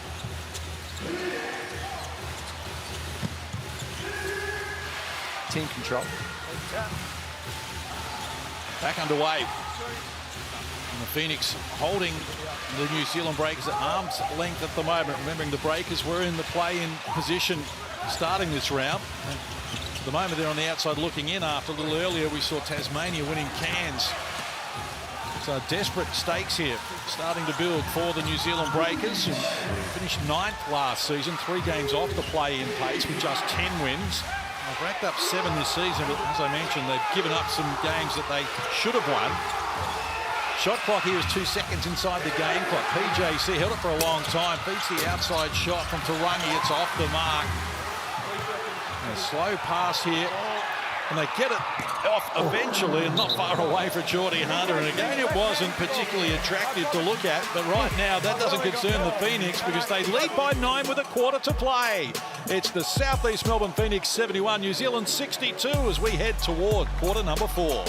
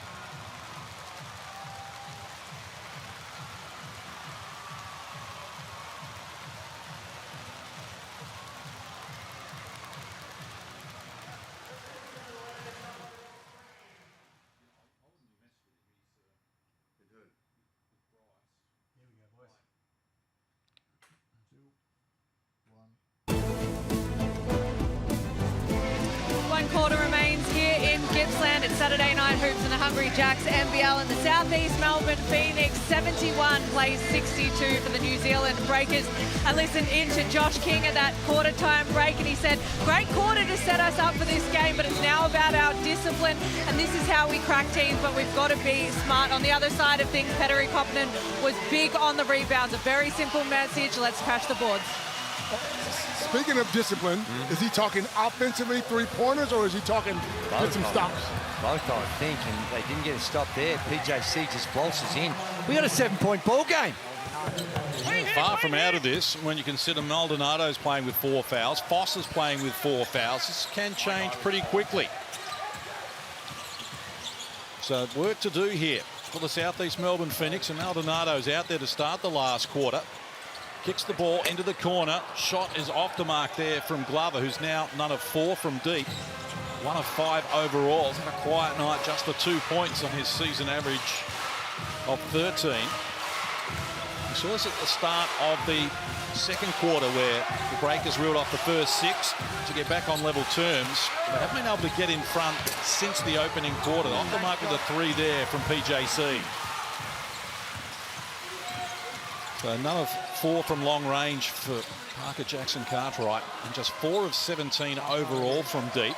Wundu a little undecided here, and eventually they stood off him and gave him a moment, but he can't connect. That's 2 bad shots by them. Yeah. 1 of 6 from deep. Quickly up the floor. Well, Carlin Davidson couldn't get a whistle.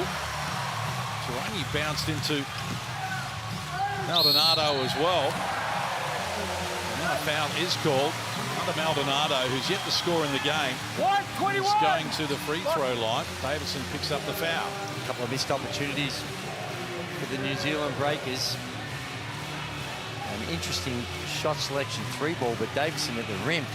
One of those ones where he just felt like he was more concerned about creating contact rather than just going ahead and making the layup. Let's get courtside to Kelsey Brown. Well, Coach, you asked about the discipline and where he was talking about it. He's screaming from the sideline, move the ball. So it's on the offensive end. He wasn't happy with that shot by Wes Iwundu. But you know who he is happy with, and he's not on the floor at the moment. It's the effort of Pat Ryan. He went straight to him and said, great effort. The stats don't jump out. He's got 6 points, but it's the effort that he's doing on PJC that Josh King is very happy with. Well, he should be very happy with the way that they've kicked the ball around. As you say, they've got 10 players in the assist column and 20 assists on 27 made field goals. That's fantastic. That's good team chemistry, isn't it? Margin at 8, though. It's hanging around here, the New Zealand Breakers. Step back. Wouldn't work on that occasion for Brockington. Kept alive, though. Menenga attracted all the attention. They find Parker Jackson-Cartwright, skip pass into the corner. Tarangi is off the mark, and the 3-ball will not work for them. 4 of 19. Not for the first time this season for the New Zealand Breakers. I mean, they went 2 of 26 against Tasmania in round 5. The outside shot from Geordie Hunter is off the mark, so the door is still open for them. And it's Menenga, and that's going to be waved away as the offensive foul. It's going to be on Ruben Tarangi. Almost very similar to the one in that third period where we didn't need to do it. The momentum there have been. Oh, I think he's a little unlucky. Just looked like he stood there. Well, the margin is 8. 7.5 to play. And this has been quite a Bermuda Triangle of a game, so don't go anywhere. Stranger things have happened. And What was that? He had his teammate right next to him. as I mentioned, Oh, and it's a turnover. don't look away. Here's Carlin Davidson, and he's shut down, and now a whistle on the play as well. Is that a technical foul? Technical foul. 21. It is on Davison. That would look like all ball by Iwundu. And Don't go further. Otherwise, one and you two. Subs. Up, guys. they have had Sam. some opportunities to start this fourth that they'll look back on One shot. when they do their review and Check. Thank you. see how they might have blown it. So technical foul on Davison. We saw a technical foul earlier on the Southeast Melbourne Phoenix for a second delay of game warning. He's hot at the moment, Carlin Davison. But like you said, Copes, this has had some strange twists and some head-scratching moments. So the Breakers are well and truly not out of this. And it's a type of game they need to win as well. They're going to be part of the postseason. It's Maldonado, lost their handle, regathered, then went to the non-preferred right hand to come up with a finishing touch. It's his first field goal of the game. Gives them a double-digit lead once more. New Zealand just look like they're out of whack, though. I mean, they're not. I don't even know what they're running here. There's Parker Jackson Cartwright. Oh, it looked like it was good D there being played by Maldonado, but there's a whistle on the play, and he is out of the game. Jack 5 for him. He's gone. Maldonado fouls out of the game for the first time this season. Let's have a look. Oh, dear. I'm not sure. Yeah, I think challenge. And I think it's twofold. One is that he thinks he's a pretty good chance to win the challenge, and two is he needs him because of the foul situation. So they figure it's worth rolling the dice on this. Now, unless maybe contact there is the push, because that looks all good. I think they're a reasonable chance to win this. Let's have a look. This angle here. Right there. Was there much contact? Don't seem too positive here, Joey. Enough, I think, there just to bump him off target, or off balance, should I say. Right. This one here, Coach. Right there. I don't think that's enough contact. I think there's a good chance that this challenge is going to be successful. Amy, Coach's challenge is successful. Well done, Andrew Gaze. You're a genius. You are a genius. And the bonus for Andrew Gaze is we're going to get a jump ball because he missed the shot, and we know you want the jump ball to come back. I do. I think it would be. So that's your bonus for getting it right. A welcome comeback as far as the rules. To have a jump ball rather than the alternating possession. I say for under 16s and below, I like the alternating possession, but not at this level, not at the... Big boys, you want to see him throw it up, huh? The problem is the referees struggle to get the ball in the right position. They do, man. Turn it up. You got to throw the thing. Joy, you know how many times the referee is throwing the ball up, the two guys jump, and they're not even close to the ball. The ball's still in the roof. I think the problem when you see the jump ball in the NBA is they don't enforce the rule that the ball has to reach its peak before it can touch it. Why don't you want the juniors with jumping? Because it speeds up the game, and with running clocks, when the clock's running, you don't get as much possession time. Yeah, that's a very good point, Andrew. I appreciate that. Not for the first time tonight either. Well, he has been around 100 years, so he knows a lot about this game, doesn't he? Well, what he doesn't know isn't worth knowing, perhaps, I would have thought. And he probably knows about a third of as much as his dad, Lindsay, does. Exactly right. That's for sure.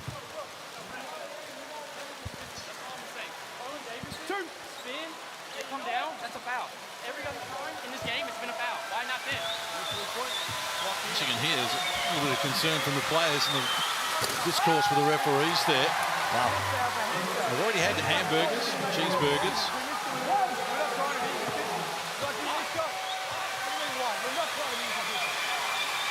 Well, fair point from Michael Aylan. They do miss things like you miss shots. But I think you got to also move on. That Davison play was a couple of plays ago. You know, the quickest way to shut a player up is to say, my bad, I missed it. And the player has no rebuttal. He moves on. That's it. So he doesn't think it's his bad, Cubs. Well, sometimes you just want to shut the player up. Right. You know what I mean? Don't sit there and argue with him. I know the Breakers need some offense here. They've scored 3 points in 4 minutes. That's not going to get the job done. That shot was blocked, or partially at least. It's a terrible...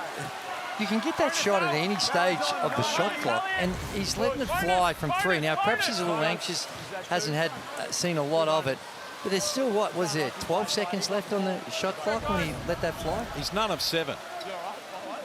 Yeah. So... Get to the rim. Get your head down.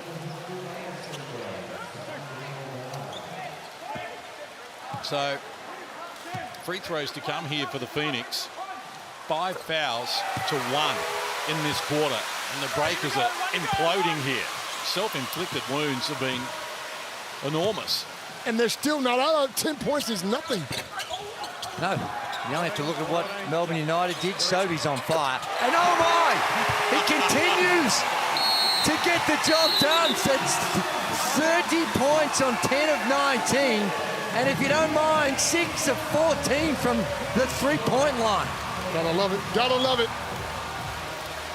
Nathan Sobey getting it done again. So closing in on that season high that I spoke about, 33 against the Kings back in round 6 when he knocked down 6 of 11 threes, which is his season best coming into this game. Yeah, it's going to be tough back here because we haven't seen enough evidence of the Breakers' ability to score. 65 points in 3.5 quarters. It's not going to beat a lot of people. It's not going to. No. It's going to have to be a real turnaround. And when you're playing catch-up, like we saw the Adelaide 36ers last Sunday against one of the most spectacular comebacks we've seen in NBL history, they were able to knock down threes. The Breakers are 4 of 20, and not just this game. They're one of the poorer three-point shooting teams in the competition at around 29%. Well, you two guys did pick New Zealand in the pre-show. Am I right or wrong? You and Case. I did. Yes. But I was on the basis, no, Foxwell, they're coming off the loss. We've got a the Amy replay. There it is. Nothing but cotton for Nathan Sobey. So middle stage of this last quarter, still more than 5.5 minutes on the clock. But the margin at 13, and it's never been bigger. So the time is now for the Breakers. Phoenix 11 threes at 30% in the game. The Breakers are 4 of 21 from deep at a 19% and heading south number. Well, Lopez is 0 of 8 now, including none of 4 from deep, where he's been good this season. Indeed, he has. And this is the Kareem Lopez, and it's something that I tell my juniors when they're growing, when they're coming to practice, is that whether you're practicing or playing, you never know who's in the stands watching. And every single time you want to put your best foot forward. Now, unfortunately for him, there are probably NBA scouts looking at this, and one bad game's not going to destroy your prospects, of course. But it's certainly not the best look with the way he's gone about it in this game. No. Point you to make. Technical foul called on Coach Petteri Koppinen to go with the tech called on Carlin Davison earlier in this quarter. It's unravelling here for the New Zealand Breakers.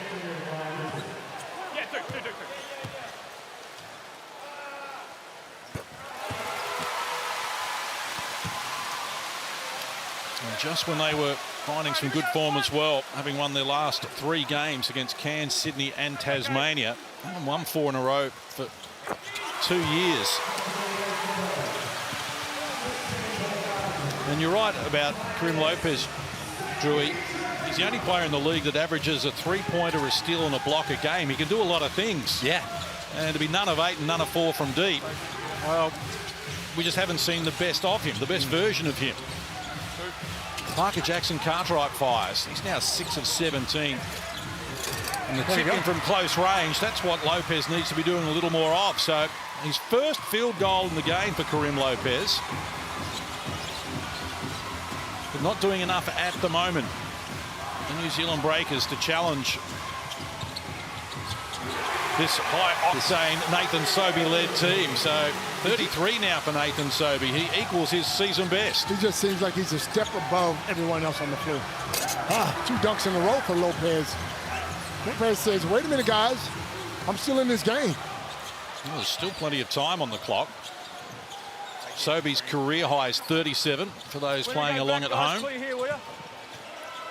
A little over 4 minutes out from the final here. Phoenix by 14 with possession, but the shot clock rolls down now to red numbers, so Sobey gets involved. Maldonado pulls the trigger on the 3, and that's all the bottom of the net. They've hit 12 threes now.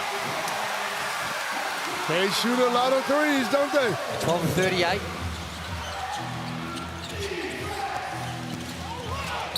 It's going to work here. Baker is going to the free throw line.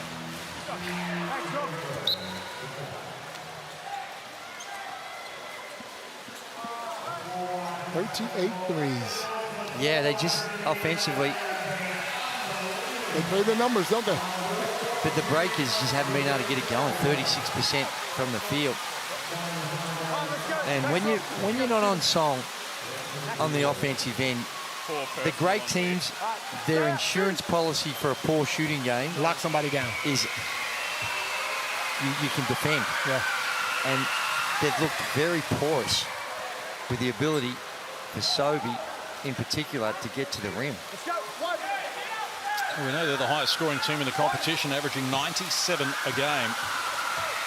Southeast Melbourne Phoenix, including a season best of 116 when they smacked the Hawks by 40 as part of a 5-game winning streak. So when they are on song, they are very good to watch. Maldonado hits the deck there against Parker Jackson Cartwright, and we're just going to attend to the floor after that. Maldonado needs to be careful because he's extending that arm when he's dribbling and holding Parker off. And playing with 4 fouls. That's right. You just got to be real cautious. Now, this is a comfortable lead. Yeah, this one's overdue. And I just don't see who's going to catch fire, Coach. 4 of 21. Where is it going to come from? Baker has a chance. Ty Webster could be the man. Brockington, but this one's overdue. Oh.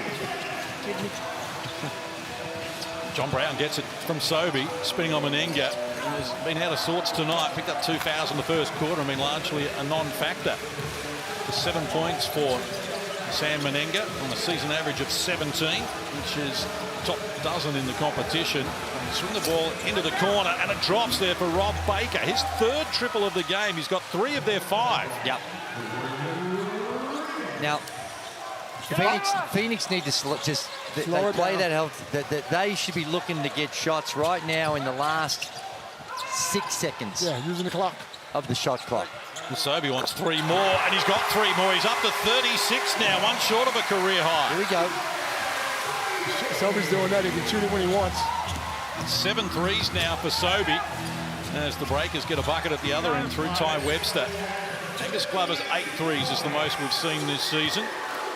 Kendrick Davis last night, 7 of 13 in Perth. Bryce Cotton's hit 7 on a couple of occasions. But Sobey shares it across.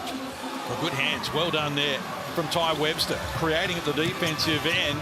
PJC hands over. The wraparound finish wouldn't work there. So Brockington comes up empty. Baseline, elevation. Couldn't finish it off there. But here it comes again for the Southeast Melbourne Phoenix inside the last 2 minutes. Sobey with 9 points in this quarter. 9 in the opening quarter as well. Looks inside. John Brown skip pass. They move it around. The shot clock expires in the background before Wezawunda can get it up. Great ball movement, though. It's so wet. You didn't get a shot up. I like the way they shared the ball. Yeah, and it's so what when you're 13 points up with 140 seconds remaining. For sure. Yep. And the way they want to share it around. The other end. PJC adds to his tally, so 16 in the game for him to go with 5 assists and 8 rebounds. Spoke about him bordering on a triple-double. Saw him have 20 points, 9 rebounds, 9 assists against Melbourne United this season. Good defensive pressure there from Baker. Gets it back. Shovel pass was untidy. Sloppy. Not his best effort. Yeah, this one's just petering out at a really... You told me to get up and about before, Drew. Nathan Sobey's bordering on a career high here down the stretch against the New Zealand Breakers. Let's see if he can get it, Case. Red numbers on the shot clock. Hey! Oh. He's off the mark. Oh, and Glover had it spent before he controlled it.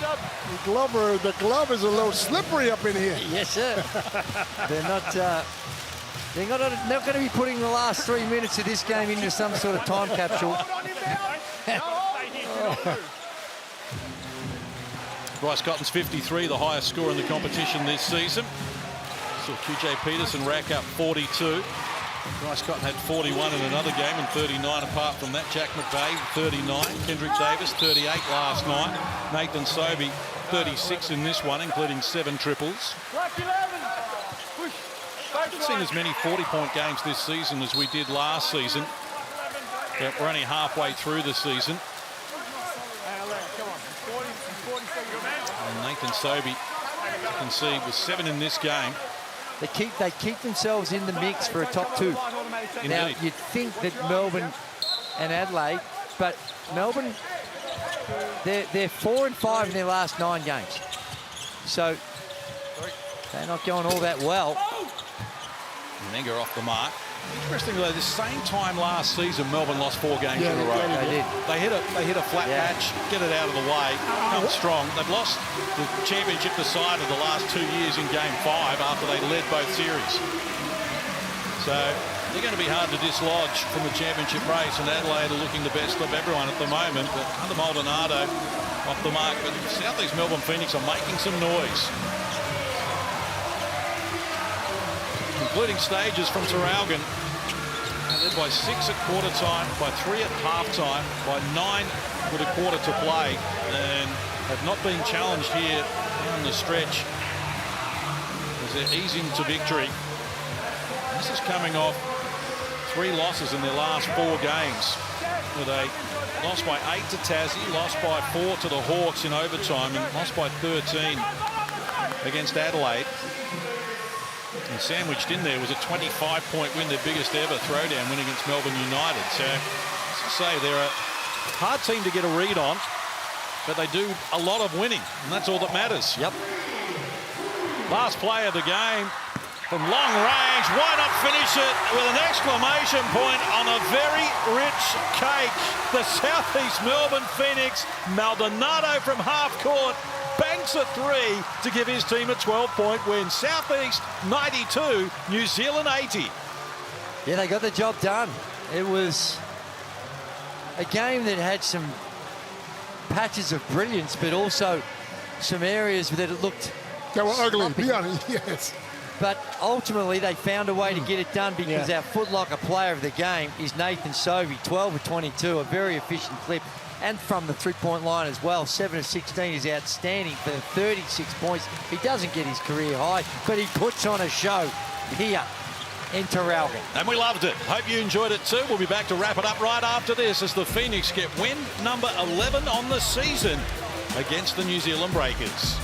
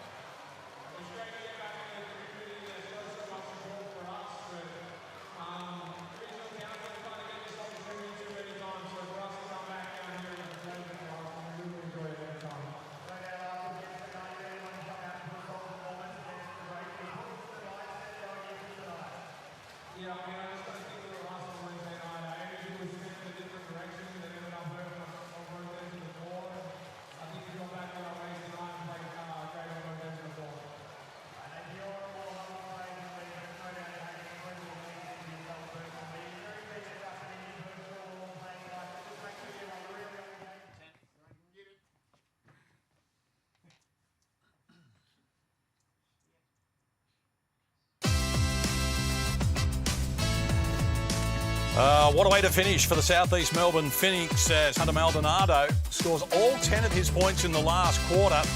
One stage looked as though he fouled out before a coach's challenge saved him, and he finishes in style, and it's 92-80, a 12-point win for the Southeast Melbourne Phoenix. Leonard Copeland and Andrew Gaze were with me, and Nathan Sobey was the star of the show. Absolutely he was. It's all about Nathan Sobey. He got going in that third quarter.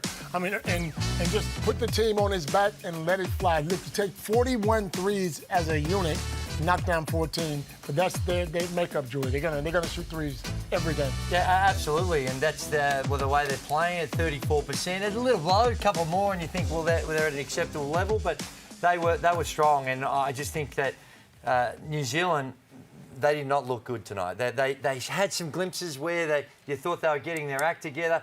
They battled hard, but they just weren't up to the level tonight. No, didn't play as well as they could have. They had 20 O-boards and just couldn't make enough of them. Menenga in foul trouble early certainly didn't help them, but they never looked like they were going to run away with the game at any stage. And Nathan Sobey, what a dominant performance it was. Scored 9 in the first quarter, 7 in the second. Then he came up with another 9 and 9 in quarters 3 and 4 for 36, just one short of his career high. He just looked like he was in control the whole game. He didn't force a lot of things. Came out early, Drew, and took the first 3 threes, and I said, oh, where is this going? Yeah. But then he got himself going, man, and he plays to the crowd. He knows he's the leader of this team, and they know it, and that's why he's doing what he's doing. He doesn't shy away. He's got incredible self-belief. We've been singing his praises all season, and as I continually say, not just with him, but with a lot of the great players, when you put the ball in his hands, he can beat you in so many different ways. He can shoot the 3-ball, where the first 8 shots come from the 3-point line, but then he says, hey, I need to get to the rim, and he dominates getting to the glass. So he's got a lot of things he can go to, and he's in a rich vein of form as we take a look at the ladder. 11-6 now for the Phoenix. Huge win for them. They've coughed up a couple too they'll look back on, but given what Melbourne United are doing, that they keep in touch with that top 2. Just a major difference finishing in that top 2. You go straight through to the semi-final as opposed to getting involved in some of those elimination games. So they'll be fighting hard to try and get to that position. And a bit of a gap there between the top 3, although the Kings with 2 games in hand can press them as well. But been an entertaining night. Trust you have enjoyed our coverage. A little earlier, it was Tasmania defeating Cairns, and here it was the Southeast Melbourne Phoenix 92 over New Zealand 80 on behalf of Andrew Gaze, Leonard Copeland, Kelsey Brown courtside. I'm John Casey. All our hardworking crew behind the scenes have done a great job, and we'll see you again soon here in the Hungry Jacks NBL.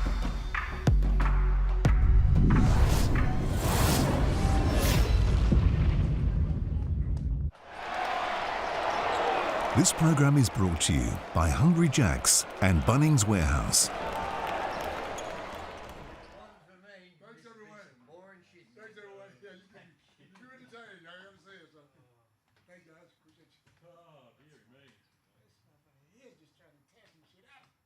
Were you there, Nick? 1111111 or 111 111 channel 1